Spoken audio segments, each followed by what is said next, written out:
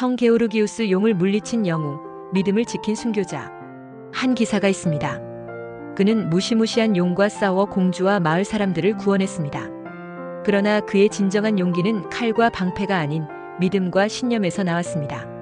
그는 황제의 회유와 위협에도 굴하지 않고 자신의 신앙을 지키다 순교했습니다. 수많은 나라의 수호성인이자 기사도의 상징으로 불리는 영웅, 그의 이름은 바로 성 게오르기우스입니다. 과연 그는 어떻게 시대를 초월하여 용기와 믿음의 상징이 될 수 있었을까요? 기본 정보 엔드 업적.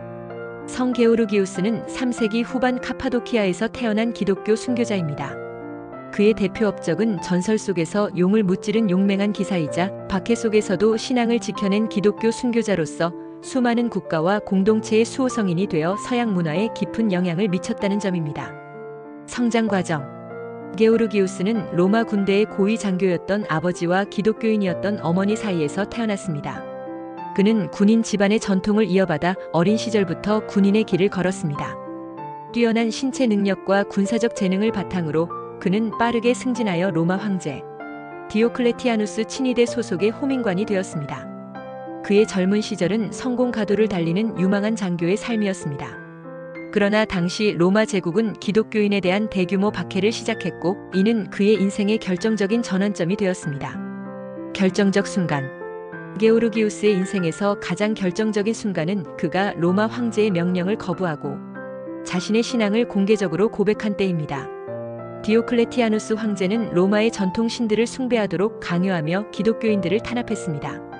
젊은 장교였던 게오르기우스는 황제의 명령에 따르지 않고 자신이 기독교인임을 밝히며 신앙을 포기하지 않겠다고 선언했습니다.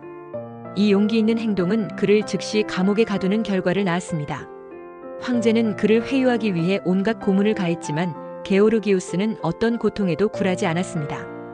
대표 업적 엔드 영향력. 게오르기우스의 가장 유명한 이야기는 성 게오르기우스와 용 전설입니다. 이 전설에 따르면 어느 마을에 사악한 용이 나타나 주민들을 괴롭히자 그는 홀로 용과 맞서 싸워 승리했습니다. 이 전설은 그의 용기와 신념을 상징하는 이야기로 훗날 기독교 순교자의 삶과 결합되어 더욱 널리 퍼지게 되었습니다. 그의 용기 있는 신앙 고백과 용과의 전투 이야기는 잉글랜드, 에티오피아, 포르투갈, 스페인 등 수많은 나라의 수호성인이 되는 배경이 되었습니다. 특히 영국 왕실은 그를 수호성인으로 삼아 국기에도 그의 십자가를 넣었습니다. 그의 이야기는 중세 기사도 문학의 중요한 소재가 되었고 용맹함과 정의로움의 상징으로 자리 잡았습니다. 인간적인 면모. 게오르기우스의 인간적인 면모는 그의 흔들리지 않는 신념에서 잘 드러납니다. 그는 황제의 측근이었으며 성공이 보장된 삶을 살 수 있었습니다. 그러나 그는 그 모든 것을 버리고 자신의 믿음을 지켰습니다. 그는 고문을 당하면서도 다른 기독교인들에게 용기를 주었으며 자신의 신앙을 통해 기적을 일으켰다는 이야기도 전해집니다. 그는 단순히 전설 속의 영웅이 아니라 현실 속에서 자신의 믿음을 위해 모든 것을 희생한 진정한 순교자였습니다. 현재 혹은 사후 평가.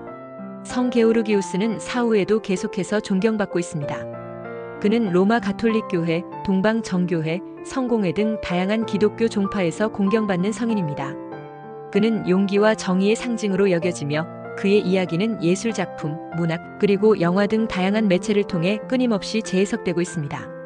특히 그는 스카우트 운동의 수호성인으로 오늘날에도 청소년들에게 용기와 희생 정신을 가르치는 정신적 지주 역할을 하고 있습니다. 그의 삶은 우리가 어떤 시련 속에서도 자신의 신념을 굳건히 지켜야 한다는 중요한 교훈을 남기고 있습니다.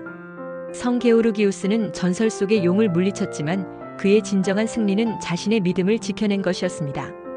여러분이 가장 용감하다고 생각하는 행동은 무엇인가요?